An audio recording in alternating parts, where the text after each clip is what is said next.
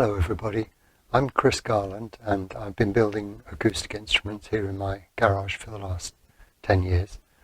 I started making a list a while ago, a few years ago, of everyday objects which I find useful in the workshop, and I did this with the view to making a video sometime, just in case it was useful to anybody else and to encourage some kind of discussion and input from other people.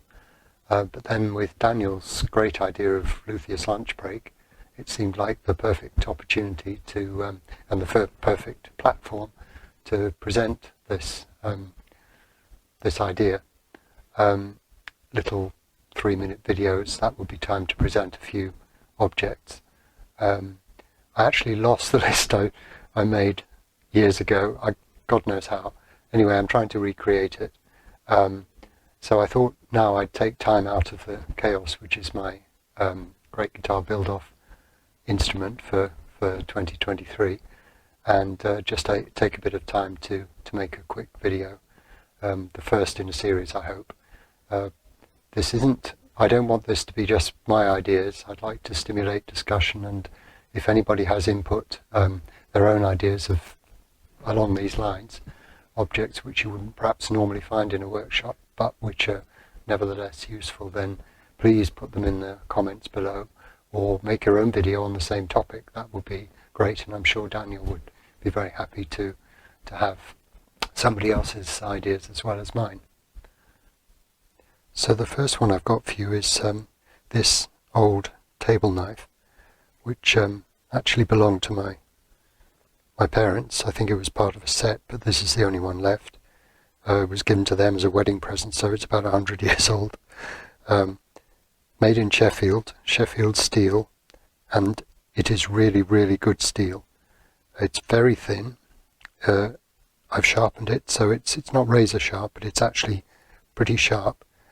But I use it all the time. It's incredibly useful for getting under things, if you're trying to pry a glue joint apart, or alternatively for spreading things like filler paste or anything that needs to be pushed into a hole or a cavity. The steel's very springy.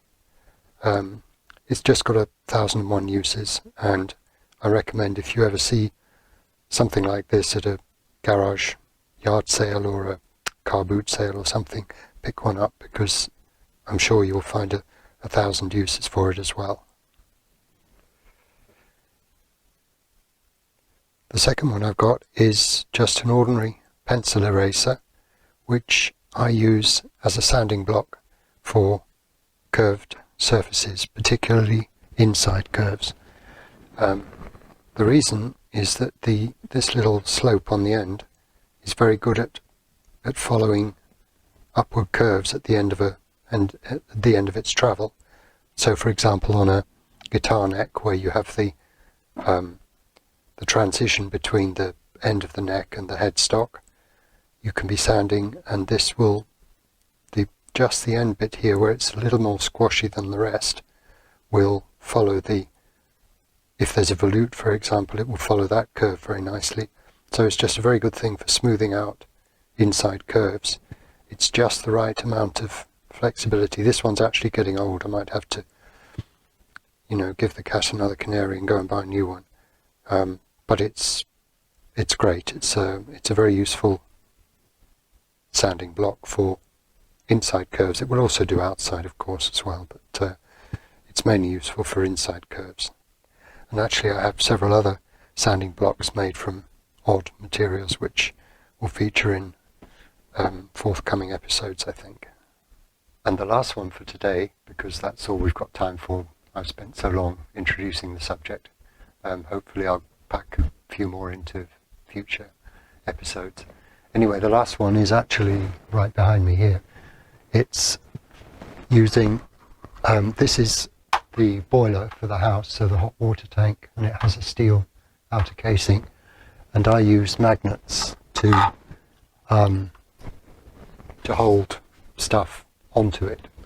I keep all the most used tools here. So, for example, the table knife I showed as number 1 is right here, within arm's reach. I have measuring tools, a saw, scissors. Well, you can see for yourselves what's here. But basically these are the tools which I use all the time, every day. And they're, you know, I can easily put them away when I finish with them, which in fact doesn't stop my workshop being a complete pigsty. But anyway, at least some of the tools are out of the way. And sometimes the tool is actually the magnet is embedded in the tool itself. This is a little glue scraper I made out of a lollipop stick, and I've got a tiny neodymium magnet buried in there, so I can just clap it back on there and it's there ready for me next time.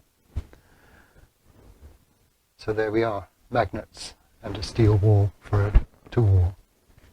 Oh, and I forgot to point out that the other thing I keep on the wall here is some information sheets. I'll bring the camera in just to give you a very quick look.